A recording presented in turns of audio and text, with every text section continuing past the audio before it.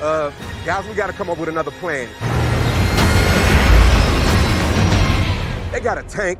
This is the best way to play Bastion in Overwatch 2. Bastion has two main playstyles, a Brawlbuster or Flanker. Both playstyles are centered around the cycles of your turret form. The Brawlbuster focuses on burning down the enemy tank, utilizing the sustain from your ironclad and armor in turret form, and the Flanker playstyle looks to find short to medium range angles to blitz down enemy squishies, timed for when your team engages. Use your sticky grenade for lethality and mobility, use your ultimate to secure kills or to zone space, and be aggressive with your turret form. Bastion's primary, the worst hit scan primary, makes Bastion fire a submachine gun dealing 25 damage per shot at 300 rounds per minute with 25 shots in one clip. All your shots are pinpoint accurate. For reference, Bastion's DPS in Recon Mode is 125, whereas Soldier's is 162. Thankfully, there's quite a strict dichotomy with your Recon Mode and Turret Mode in terms of your aggression. Typically, the sightlines you want to play with your Recon Mode are medium to longish, and you'll be playing quite passive most of the time, unless you're moving to a shorter sightlined, more aggressive position with the Turret Modes. For example, on the Pool Sanctum, you might be chilling down main in your Recon Mode, but as soon as you and your team start to push in, that's your opening to look for an angle on the enemy backline with your Turret Modes. Speaking of your Turret Modes, Bastion's first ability, the Bronze Player Nightmare, makes Bastion transform into a mobile powerhouse, firing a Gatling gun at 1800 RPM with a total DPS of 360, paired with infinite ammo. This mode has a 6-second duration and is on a 12-second cooldown. Your movement speed is also decreased by 35%. Starting off with a bit of tech. While slightly niche, you can use your sticky nade in combination with your turret mode to access high ground and quickly pop out to different angles with your Gatling gun, as Tuskor explains here. Simply shoot your sticky onto the ground as normal, then immediately initiate your transformation just before jumping off the bomb as it explodes. This is the optimal way to execute the combo, as you're overlapping the downtime of your transformation and waiting for the sticky to explode. And you're also giving yourself a huge burst of movement speed while transformed, which the enemies just won't expect. Building on this a bit more, this is most useful when you want to try and get to high ground whilst also being in your turret mode. All push maps actually have pretty decent use cases where this could be useful, which isn't too surprising actually, considering that defenders have more high ground the further the attackers push. It's important to make sure that you do these kind of plays with caution. Don't do this if your team are busy doing nothing, since you won't have turret form available for when you actually need it during the teamfights. It's also vital to utilize cover and corners when you're in either mode to hide your gigantic hitbox. Don't swing wide unless you need to. Please use cover. I see so many Bastions that are like, I'm turret form and invincible, and they roll out in the middle of nowhere. But remember, obviously, like, you're a very fat and squishy target, so even with your tank passive, you really need to respect cover. Moving on to the broader concepts, the most important thing you have to keep in mind with the turret form is the time at which you use it. Your DPS is by far the highest in the game when in turret form. 360 DPS is more than double the DPS of most hit scan heroes, and you can outdamage Transcendence with it. As with every other hero in the game, you need to time your turret mode with when either team engages. Tuskor has some pretty good gameplay examples in the background, so I'll play a clip of him briefly explaining this. Timing the activation of Assault Form is key. If you activate it too early, the enemies are just going to wait you out and leave you powerless during the teamfight. But if you activate it too late, the enemies are already going to be on top of you and you're going to get shut down. The key is to use Assault Form right when you see the enemies have left cover and are too far out to make it back to safety before you can melt them down. Now, timing can be more complex than that, but I'll refer back to the timing concept at the playstyle section of the video when it comes to your flanking playstyle. A mistake that I see less experienced Bastion players make is that they often overstay their welcome when taking a greedy angle. Yes, you do have mobility now compared to what you had in Overwatch 1, but be wary that as soon as you start shooting the enemy team, they're gonna be shooting you. And you don't have any self-heal that you had in Overwatch 1. The higher the rank you are, the smaller and more precise your flank windows become, as it takes less time for the enemy team to respond. If you end up overextending with the turret form, or you just use it at the wrong time, don't be afraid to cancel and exit back to your recon mode. Building on this further, your target priority during this window of burst impact comes down to two main things: to prioritize the most dangerous targets, and to prioritize who's the easiest to kill, as Spylo indirectly goes over here. Target priority is very important too. So when you're in turret form right now, who should this Bastion be shooting? We talked about you chunking Orisa, right? But what's the problem with that right now? Is she fortifying? Yep. So there's really no pressure that and not enough pressure you can get here for sure. But yeah, absolutely, Soldier or Ashe, because remember, they're out in the open and then they're not utilizing cover. You can murder them right here. Bang.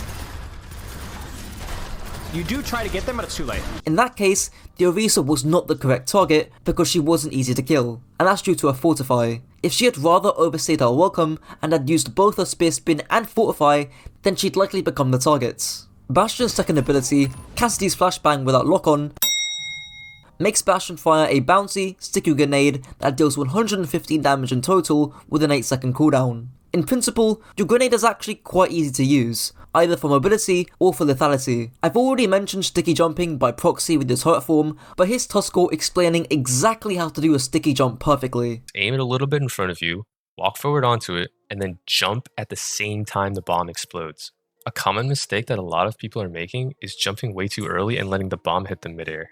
This ledge in the training range is about the highest you can get consistently with a sticky jump. So look for these spots in game to get a massive positioning advantage. Now onto lethality. Landing your grenade can be a great source of burst damage to enter a duel with. You fire a grenade, enter turret form, and by the time your cast animation is done, they're already half HP and get shredded immediately. Your burst damage from Bastion, aside from one-shots, is basically unparalleled. If you struggle hitting the nade directly in a duel, firing it at the floor for splash damage isn't a bad idea. In fact, I urge you to fire the nade at the feet, since if you hit the nade, you get the full damage, but if you miss, you get a bit of splash damage. The best of both worlds. Bastion's ultimate, They Got a Tank, makes Bastion become an artillery tank, firing 3 artillery shots that take 1.33 seconds each to land, with fall-off damage scaling from the epicenter of every shot. Your ultimate is actually quite simple to use. Either use it to secure a kill early on or in the mid-fight, or use it to zone space. Let's talk about the former of the two options. To get kill pressure out of your ultimate, you need to be focusing on using all 3 bombs on a single or grouped up set of immobile targets, like a Zen, Ana, or Widowmaker when she's scoped in. There's no point bombing a Genji or a Tracer who can dash or blink out. And you can either do this pre-fight or in the mid-fight. I recommend doing this in the mid-fight against better enemies because it's a lot more hectic and there's stuff going on, and you can also utilise the downtime after you use your turret modes. But if you can consistently secure a pick before the teamfight begins, then I see no reason to not use it otherwise. Now with zoning space. You'll likely do this against more mobile compositions because it's harder to exert kill pressure on them. Now, what space do you zone? Well, that's pretty easy. Typically you want to be zoning off angles or high grounds that the enemy teams are controlling. For example, on Bastion downtown, if there's a Widowmaker holding high ground from 50 miles away, you can completely cover the high ground with artillery. But the real important thing is the timing of your artillery. Imagine if you bombed the high ground whilst your Widowmaker grappled up, and then killed the enemy Widowmaker whilst she was distracted by your artillery. That is how you properly use it to zone space. Your team has to play aggressively off your artillery. Same thing here on King's Row. You fire 1 or 2 shots on each high ground, then your team push in aggressively and take that high ground for free. If timed correctly, your ultimate can do wonders. Now onto the positional, playstyle, and compositional part of the guides. There's 4 key positional guidelines that I'll quickly cover with Havana seconds. Firstly, have cover. Simple enough. Secondly, have LOS or line of sight onto the enemy team. Again, quite simple. Thirdly, have good distance from angles so that the enemy flanker doesn't sneak up on you. And finally, have rotational options, both aggressive and defensive, to push up in your turret form as talked about before. Moving on to the 2 predominant playstyles that Bastion has, which is either to be a brawlbuster or a flanker, as Spallo explains here. Brawlbuster, where you have the very traditional, I'm playing with a shield, I just clunk into turret form and just mow them down. Or flanker, where you go funny angles, funny flanks, and time it really well. The thing with Bastion is 2 things.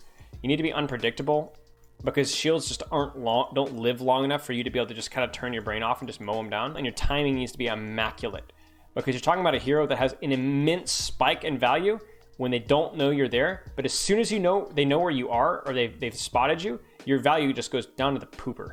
I quickly want to elaborate more on how important timing is for your flanks. You see, timing isn't just timing your engages with your tanks, it's actually a bit deeper than that. Here's my thing, is the timing needs to be with your tanks, but I would say half a second after your tanks. If I'm playing Tracer and Dive and I'm trying to one-clip that Zen, I'm gonna go in right as my Winston's landing, half a second, and then now I'm going, because now that Zenyatta is fully focused on annihilating and beating up that Winston. He's not thinking about anything else. What's a good analogy here? Okay, you're a pickpocket, right? Can you imagine how effective a pickpocket would be at like a fireworks show? There's a big firework, boom, right? And that's when you reach in. They're not thinking at all what's going on behind them. If you wait just a little after the big ugly tanks do something really visually or threatening or baiting, and then you go in, you're gonna find way more hacks, way more picks, way more pressure. So, in attempt to distill this down to 3 guidelines, this timing nuance is dependent upon, firstly, how greedy your angle is. Essentially, if you're on a deeper, more dangerous flank, timing your engages half a second later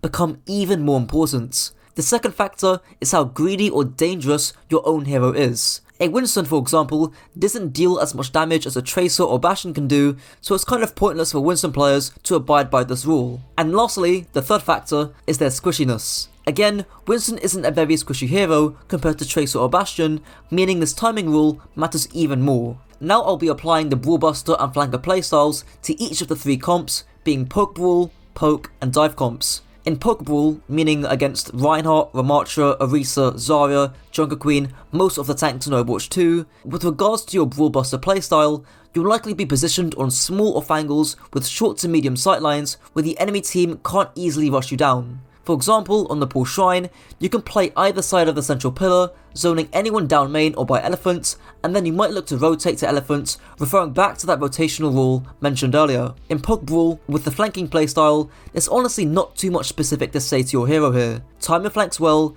keep the same distance sightlines, and sync your aggression with your team. In Poke, with the Brawl Buster playstyle, you kind of need to be playing full rush if you want to run down the enemy team. Like on Socket Royale, you need to clear and control the high ground the best you can, pushing off the enemy snipers and limiting their sightlines, but you can only really do that with a Lucio and a Reinhardt or a different brawly tank. In Poke, with the flanker playstyle, this is probably what you have to do if you're keen on playing Bastion on long range maps and you can't just rush down the enemy tank. Looking for cheeky nade jumps on poke heavy maps like Junkertown to quickly flank and assassinate the enemy team is probably your best bet. In Dive, with the flanker playstyle, you probably want to be playing slightly split but not completely isolated, hence hard flanking shouldn't really work. I'll couple in the Brawl Buster playstyle here, since you can't and shouldn't be hard flanking against Dive. Periods. I gave a positional example in my Ash guide on Ilios Ruins about how you don't want to position directly on top of your backline, but you also don't want to position in Narnia. You want to find a happy medium between the two,